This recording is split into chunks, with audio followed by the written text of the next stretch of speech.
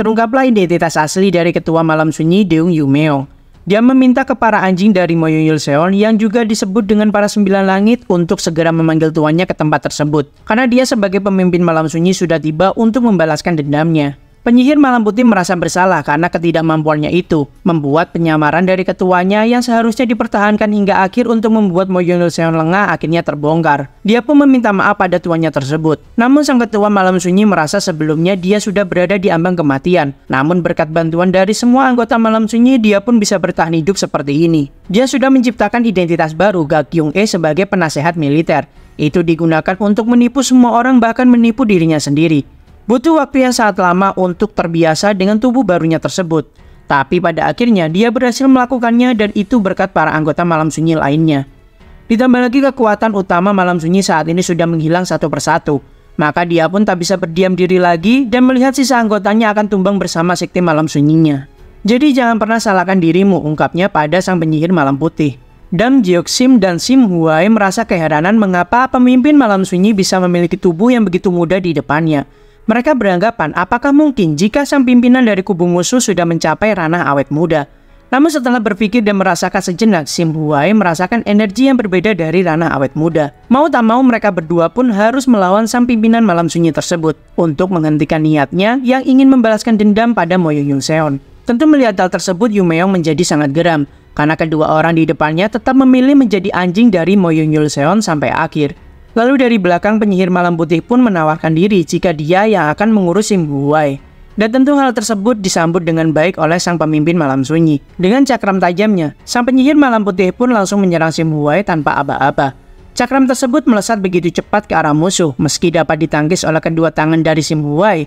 Namun sang penyihir malam putih sudah menyiapkan salah satu tekniknya untuk menyerang. Dengan cakram raksasa yang sudah diarahkan ke arah Sim Huai, meledaklah area pertarungan karena dampak benturan yang begitu kuat. Satu persatu gedung-gedung yang ada di sana pun hancur. Ledakan terjadi di mana-mana karena dampak pertarungan mereka. Tak hanya sang penyihir malam putih dan Sim Huai saja yang sedang sibuk bertarung. Nampaklah Yumeong dan Dam Jeoksim pun juga sedang bertarung dengan sangat sengit di sana.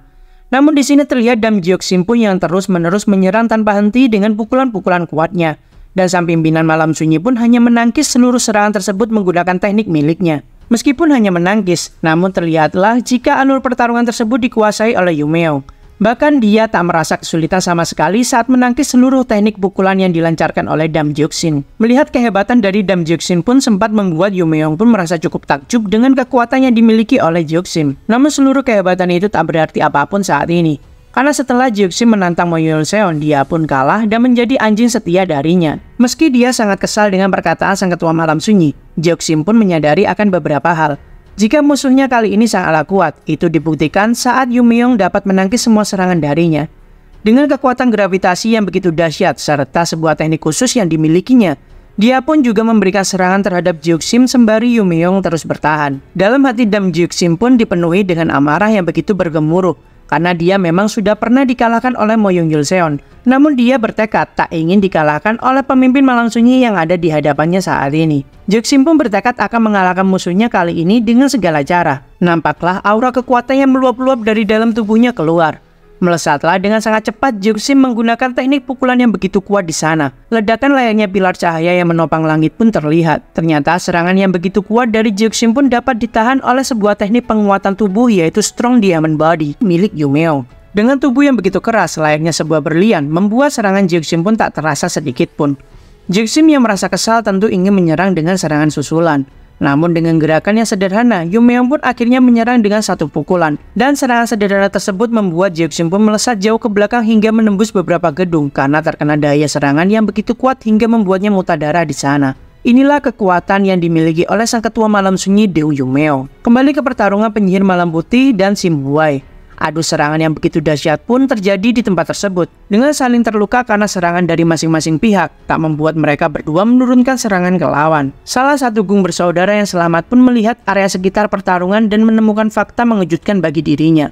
Saudara kembarnya pun gugur dalam pertarungan setelah dia melihat potongan tubuh dari adiknya tersebut. Hal itu pun membuatnya sangat marah dan tak bisa berpikir panjang lagi. Dengan sekuat tenaga, dia pun bergerak dan mengeluarkan teknik serangan untuk masuk ke dalam pertarungan sang penyihir malam putih dengan Sim Huai. Namun belum selesai dia mengeluarkan tekniknya, jatuhlah sebuah pilar emas yang begitu besar di sana menindih tubuhnya hingga hancur rata dengan tanah. Penyihir Malam Putih, Sim Huai, dan Yu Meong pun menatap ke atas pilar tersebut. Dan nampaklah sosok yang menjadi akar masalah semua kekacauan yang saat ini terjadi di seluruh dunia. Dia adalah Mo Yun-Yul Seon, sang pejuang tak terkalahkan. Dengan sangat santainya, dia pun menyapa saudara kembarnya yaitu Deung Yu Meong. Dia adalah pemimpin keluarga Moyong, pejuang yang tak terkalahkan Mo Yun-Yul Seon. Akhirnya kedua saudara yang sudah lama tak bertemu pun akhirnya bertatap muka kembali. Mo Yun-Yul Seon sempat menatap ke arah bawah dan melihat ketidakbecusan dari anak laki-lakinya. Dengan tubuh yang penuh luka dan kaki yang sudah tak utuh lagi, dia pun menggigil ketakutan dan merengek kepada ayahnya. Dengan mendecakkan lidah, Mo Yun-Yul Seon pun merasa sangat kecewa dengan anak lelakinya tersebut yang terlihat seperti sampah. Mo Yun-Yul Seon pun cukup heran dengan kondisi tubuh dari saudaranya tersebut, dan dia berasumsi jika Deung Yu Meong sepertinya telah berpindah ke tubuh yang baru. Deung Yu Meong mengatakan jika dia tak seperti Mo Yun-Yul Seon yang berhasil melampaui batasan manusia dan mencapai ranah awet muda. Dia gagal dan bahkan terluka parah oleh serangan mendadak yang saudara bajingannya tersebut lakukan sebelumnya. Namun dia tak menyangka seseorang akan mendapatkan penyerahan saat dirinya berada di ambang kematian, yang dimana pemulihan menggunakan energi dalam tubuh saja sangatlah sulit. Tapi akhirnya dia malah mendapatkan pencerahan dan memiliki teknik hukum agung migrasi tubuh. Tentu Mo Yun-Yul Seon pun tahu jika meski teknik dari saudaranya tersebut berhasil, tak mudah baginya untuk beradaptasi pada tubuh yang baru. Dia keheranan mengapa saudaranya malah menunjukkan kartu asnya di awal seperti ini, hanya demi untuk melindungi satu orang bawahannya yang tak begitu berguna. Mo Yun-Yul Seon pun menertawakan saudaranya tersebut yang sepertinya sudah mempercayai seseorang lagi, hingga informasi penting miliknya tentang penyerangan diam-diamnya bisa bocor ke pihak lawan, dan membuatnya harus berjuang mati-matian bahkan sebelum penyergapan ini dimulai. Mo Yun-Yul Seon menambahkan dan berkata jika kau Yu Meong hanyalah seorang penjagal yang menjarah daratan tengah dan juga membantai dalam kurun waktu yang sangat lama. Seharusnya kau memperbaiki tindakanmu, namun mengapa kau sama sekali tak berubah, ungkapnya pada Yu Meong. Entah itu di masa lalu ataupun sekarang, kau selalu dipenuhi dengan rasa iba serta kepercayaan yang tidak diperlukan. Hal itulah yang akan membuatmu akan selalu dimanfaatkan oleh pihak lain. Namun di sini Yu Meong merasa sangat geram karena orang yang pertama kali mengkhianatinya adalah keluarganya sendiri. Bahkan setelah hidup sekian lama, rasa kesal tersebut tak dapat menghilang dari dalam hatinya. Dia merasa jika saudaranya Mo Yun-Yul Seon telah tersesat dalam jangka waktu yang sangat lama, maka dia akan segera menjagalnya beserta seluruh dunia yang telah dia ciptakan saat ini. Beberapa ratus tahun yang lalu, di masa lalu yang sangatlah jauh, tidak ada yang namanya hukum dan ketertiban. Yang ada hanyalah penjarahan dan pembunuhan yang merajalela di mana-mana. Ini adalah era kekacauan yang hanya dipenuhi dengan kelaparan dan peperangan. Orang yang tak memiliki kemampuan akan kekurangan dan menderita karena kelaparan. Bahkan sampai-sampai orang akan memakan sesama mereka. Di neraka tersebut terdapat makhluk kecil rapuh dengan kegigihan serta tekad hidup yang begitu kuat. Mereka lebih kuat daripada orang lain. Saudara kembar yang memiliki vitalitas yang begitu luar biasa. Mereka bahkan memakan ibu mereka sendiri hanya untuk bertahan hidup. Kedua saudara kembar itu sangatlah kuat. Mereka terlahir dengan insting bertahan hidup yang sangatlah luar biasa. Dilengkapi dengan bakat yang melekat untuk bertempur, lengkaplah seluruh kemampuan yang mereka miliki untuk bertahan hidup di neraka ini. Bertahan hidup dan tumbuh di alam liar seperti ini adalah guru bagi mereka berdua. Bahkan mereka dapat menyerap seluruh taktik, gaya bertarung, semua senjata, atau apapun untuk digunakan untuk bertahan hidup. Dengan semua pengalaman yang sudah terkumpul, mereka bahkan dapat menciptakan dan menguasai seni bela diri yang begitu unik. Mereka benar-benar telah melampaui imajinasi. Setelah beberapa waktu telah berlalu, tak ada satupun entitas yang mampu bertahan saat melawan mereka.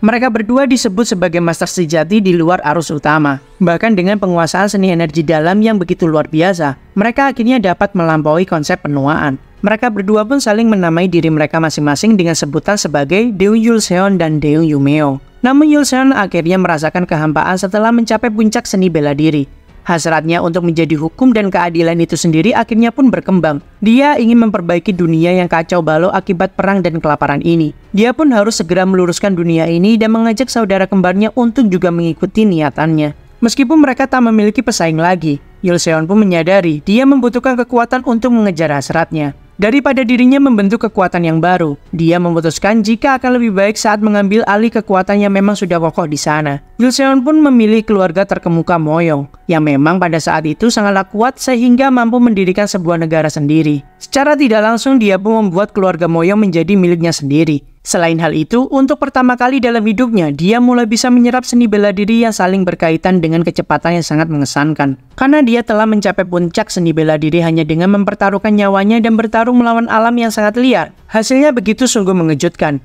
Dia mampu menyempurnakan 9 seni ilahi roh abadi yang merupakan inti dari seni bela diri internal. Lalu akhirnya dia dapat melampaui batasan menjadi seorang manusia dan mencapai ranah awet muda. Yul Seon pun mulai meluruskan dunia dengan kekuatan seni bela dirinya yang sangatlah kuat. Dalam prosesnya, dia bahkan mendapatkan gelar sebagai pejuang yang tak terkalahkan.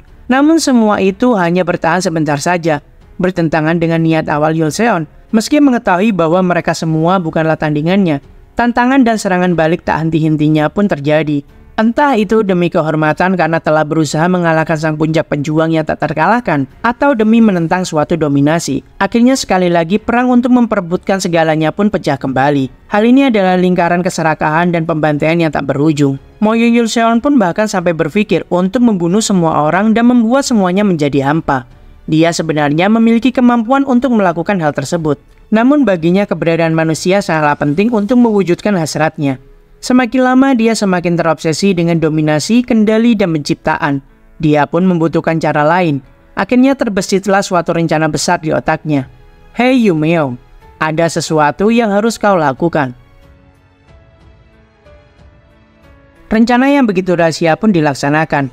Deung Yumeong akan dijadikan sebagai pemimpin dari para seniman bela diri dan keluarga yang telah hancur, kriminal, pengembara, pengemis, serta yatim piatu akan berkumpul dan membentuk sebuah organisasi rahasia. Mereka semua dikontrak dan dijanjikan sebuah imbalan yang berupa kekayaan dan kehormatan serta pemulihan identitas mereka dan lain sebagainya. Pada intinya mereka dijanjikan sebuah kehidupan yang layak dan nyaman. Setelah organisasi tersebut berkembang hingga dapat membentuk sebuah desa, keluarga Moyo mendukung mereka dengan sumber daya dan teknik bela diri rahasia. Mereka pun berkembang dengan dilatih dan dicuci otaknya berkali-kali secara diam-diam dalam jangka waktu yang sangat lama. Setelah 130 tahun berlalu, mereka diciptakan untuk menjadi musuh publik demi tujuan politik. Malam Sunyi pun menampakkan dirinya ke dunia untuk pertama kalinya. Yul Seon bertekad untuk melakukan dominasi dunia. Dan Yumeong melakukan pembunuhan besar-besaran dan menimbulkan ketakutan serta kekacauan di mana-mana. Deung Yumeong juga merupakan seorang master yang telah mencapai puncak. Organisasi Malam Sunyi yang dia pimpin pun saat ini sudah sangat terlatih dan juga sangatlah kuat. Dalam beberapa tahun kerusakan dan invasi yang dilakukan oleh Malam Sunyi pun terus bertambah. Konflik internal yang disebabkan ketamakan serta aksi mencuri dan dicuri pun berhenti. Akhirnya mereka semua pun bersatu menjadi satu kekuatan. Rencana yang sudah disusun oleh Yul Seon pun akhirnya berhasil. Hasrat untuk mendominasi, menguasai, dan menciptakan berhasil terwujud. Mereka yang meminta bantuannya, mereka yang menghormati serta ingin mengikutinya, mereka yang gagal untuk menantang dirinya, dan mereka yang dengan sukarela menerimanya pun akhirnya berkumpul menjadi satu. Para penguasa yang disebut dengan para 9 langit pun akhirnya tercipta. Mereka adalah tameng politik untuk mengalihkan perhatian atau bisa disebut sebagai pahlawan dan juga saingan hingga membuat musuh terfokus pada mereka. Di bawah kepemimpinan keluarga Moyong terciptalah sebuah persatuan yang disebut dengan Aliansi Pusat Surgawi. Agar kekuasaannya dapat lebih kokoh di atas dunia, sebuah garis simbolis pun diperlukan. Terdapat seorang mantan jenderal dari negara Wolha yang telah hancur karena perang, serta penyintas tunggal, dan dia adalah seorang master yang pendiam bernama Buk Jinhu. Meski hanyalah pria sederhana yang tak memiliki ambisi besar, dia memiliki keyakinan terhadap kebenaran yang cukup besar. Maka dari itu, dia pun menerima permintaan dari Aliansi Pusat Surgawi. Mereka pun tak tahu konsekuensi apa yang menunggu setelah memilih dirinya sebagai pemimpin pertama di masa depan yang jauh nantinya. Setelah meminta Buk Jinhu menjadi ketua sekte, akhirnya Sekte Surgawi Utara pun tercipta. Mereka diciptakan untuk mengawasi Malam Sunyi dan mempertahankan ketegangan secukupnya. Sama seperti organisasi Malam Sunyi, Sekte Surgawi Utara juga didukung oleh sumber daya dan teknik bela diri rahasia. Mereka pun mampu mencapai perkembangan dengan begitu cepat. Pencapaian Sekte Surgawi Utara benar-benar sangatlah mengesankan. Mereka mampu menghentikan pergerakan Malam Sunyi di wilayah utara. Kemunculan Sekte Surgawi Utara membuat bingung sang pemimpin Malam Sunyi Deung Yumeong. Karena semua hal ini sangatlah berbeda dengan rencana awal yang telah dijanjikan. Waktu yang dijanjikan sebagai simbol kejahatan pun akhirnya telah usai. Dan dukungan yang ditujukan kepada Malam Sunyi pun akhirnya perlahan mulai berhenti datang. Kesabaran Deung Yumeong pun telah mencapai batas saat ini. Di kediamannya Yul Seon mengawasi keadaan. Muncullah Deung Yumeong menghampirinya dari kegelapan dan bertanya mengapa rencananya yang sudah disusun sebelumnya saat ini sudah berbeda. Dan apa itu Sekte Surgawi Utara. Mo Yun-yul Seon pun mengatakan jika itu adalah sebuah organisasi yang telah dia buat di wilayah utara untuk menjaga keseimbangan dunia. Deo Yumeong pun mulai protes karena bantuan yang dikirimkan pada sektenya mulai dihentikan. Mengetahui wilayah utara adalah wilayah yang begitu tandus, tentu mereka semua tak dapat bertahan jika hal ini akan diteruskan. Alasan apa yang membuat saudaranya tersebut menghentikan dukungannya terhadap sekte malam sunyi? Mo Yun-yul Seon pun bertanya balik pada saudaranya, jika apa yang sebenarnya sedang dibicarakan oleh Deo Yumeong. Mengapa saudaranya tersebut menanyakan dukungan pada organisasi kejahatan yang telah membunuh dan menjara daratan tengah? Jika memang sekte malam sunyi ingin bertahan hidup, mengapa kau sebagai pemimpin tak memerintahkan anak buahmu untuk menjara seperti yang kau lakukan selama ini? Dengan nada yang begitu geram, Deo Yumeong pun bertanya, jika apakah saudaranya tersebut sadar dengan apa yang telah diucapkan terhadap saudaranya sendiri saat ini? Apakah memang kau Yul Seon telah termakan oleh ketamakan dan kekuasaan sekarang? Mo Yun-yul Seon menyampaikan jika mereka selama ini telah tumbuh dewasa dengan keterikatan yang tidaklah berguna seperti ikatan saudara. Maka sudah sewajarnya jika seorang penguasa seperti dirinya bersikap kejam dan tak ingin dikekang oleh moral. Lalu dia akan menggunakan segala cara untuk melancarkan segala hal yang memungkinkan. Marahlah Deo Yumeong terhadap saudaranya tersebut. Namun saat dia berteriak, tak sadar baginya dengan telapak tangan Mo Yun-yul Seon yang sudah berada di perut dan pusat energi dalamnya. Dalam satu hentakan, energi yang begitu kuat pun melesat menembus tubuhnya hingga membuat bangunan di sana pun hancur. Dengan luka yang begitu fatal diterima tubuhnya saat ini, dia menyaksikan bahwa saudaranya sendiri tega mengkhianati dirinya dan memutuskan tali persaudaraan yang sudah terikat begitu lama. Dengan sangat angkuhnya, Mo Yun-yul Seon pun hanya memandang Deo Yumeong sebagai pemimpin sebuah organisasi yang begitu jahat malam sunyi. Dan di saat itulah, momen di mana malam sunyi yang awalnya hanyalah permainan politik menjadi kejahatan yang sesungguhnya. Mo Yun-yul Seon pun memanfaatkan seluruh ciptaannya dan terbukti caranya tersebut berjalan dengan sangat efektif. Dia ingin malam sunyi menjadi sebuah simbol kejahatan yang sesungguhnya. Dan hal itu berjalan sesuai dengan keinginannya. Sejak hari itu, selama hampir 100 tahun lamanya, dia melampiaskan amarah dan rasa balas dendamnya kepada daratan tengah dan tidak kepada Mo Yun-yul Seon. Dimanfaatkan, dihianati, lalu dibuang begitu saja, setelah sekian lama saling bergantung satu sama lain. Malam sunyi pun memulai perang demi balas dendam agar dapat bertahan hidup.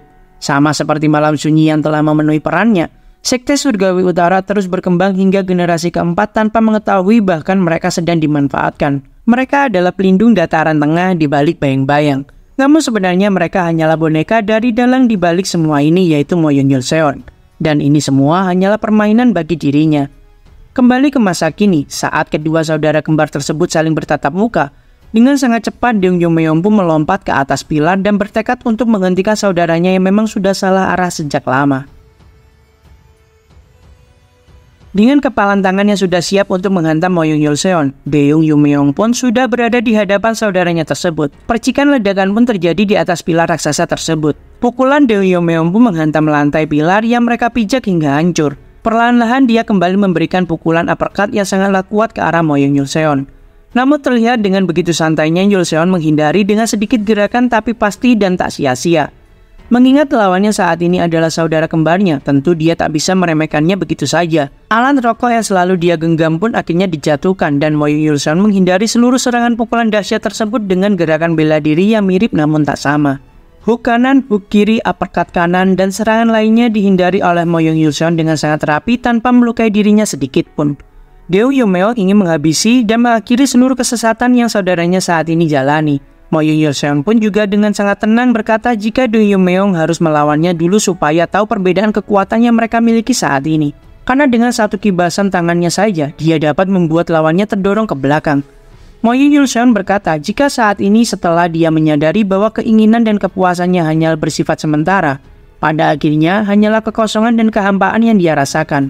Dan sebelum dia sadari permainannya telah berakhir, dia berada dalam kondisi kelesuan dan kebosanan tiada akhir. Namun Deo Yumeong sang saudara kembarnya pun muncul lagi di dalam hidupnya yang sudah terombang-ambing tersebut. Dia menganggap saudaranya seperti asap rokok yang memudar dalam sekejap, bisa menghiburnya meskipun hanya sesaat. Dia benar-benar memuji tindakan saudaranya tersebut karena dapat menghibur dirinya saat ini. Namun tindakan yang salah dan menentang yang maha kuasa seperti dirinya adalah tindakan yang salah. Hal itu tak bisa dimaafkan oleh Mo Yun-yul Seon.